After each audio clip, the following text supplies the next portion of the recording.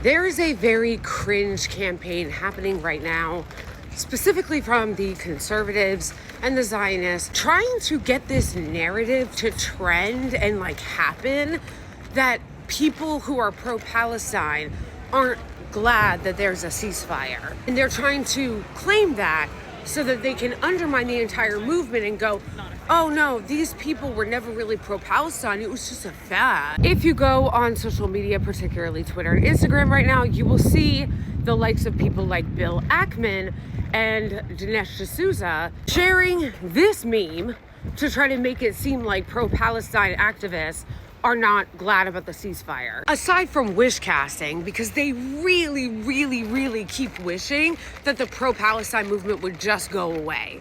And we're not going away. But the other thing that they are trying to do with this is that they're trying to localize this into a party politics thing. The left has blue hair and nose rings, and they're cause du jour was Palestine, and maybe it's not now. That is all deliberate messaging in order to try to undermine and discredit the pro-Palestine movement. That is the reason why they picked that type of drawing for the meme. Unfortunately for them, this is not going to work.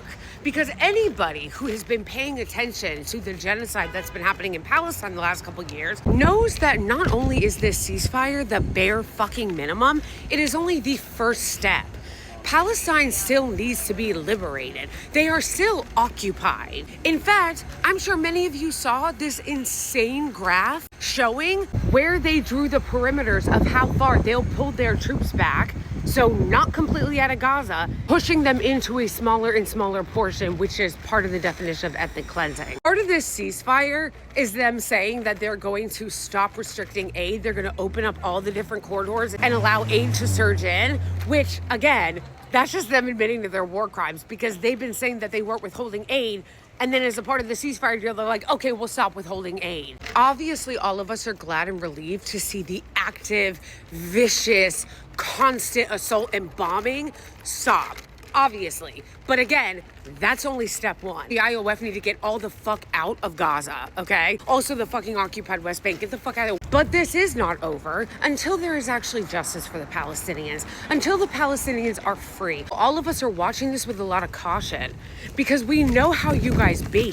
When you're like, oh, American troops are gonna go in there to help with the ceasefire, it's like, the U.S. troops that aren't waiting in line right now at a food bank to get food because the government is shut down and they're not allowing them to get their pay, but Israel still always gets their money. And for the record, I only oppose having U.S. troops there because I believe that this is some fuck shit to try to drag us into another war in the Middle East.